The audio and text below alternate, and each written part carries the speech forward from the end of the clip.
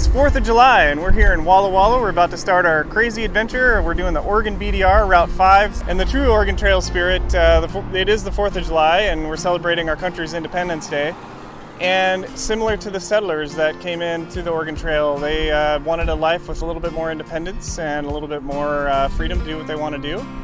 And we're kind of celebrating in that spirit. This trip is going to be all about freedom and independence, and we don't really have a huge plan of what we're going to do and see when. We're just going to ride. What do you want to add to that, Eric? Let's ride. All right. Eric says, let's ride. Let's go.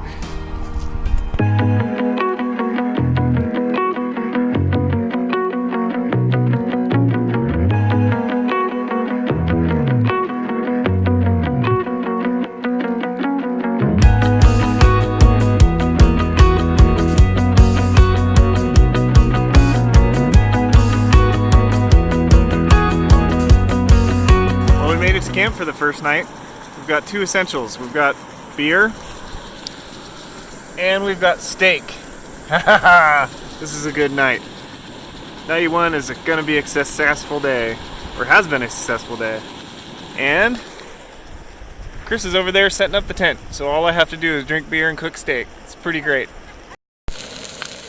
How was the first day, Chris? The first day was excellent.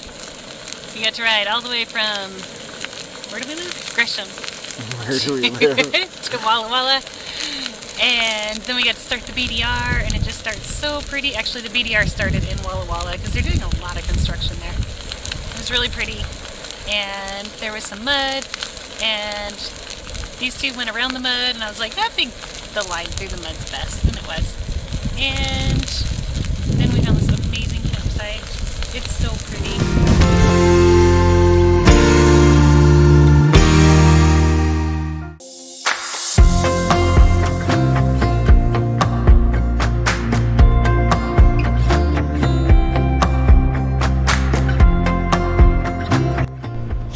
Finished up day 2 of the Oregon BDR, and I was just saying how Nathan and I were chatting. We caught up and we were chatting, and it was like, oh, this is really fun and easy and kind of a relaxing BDR.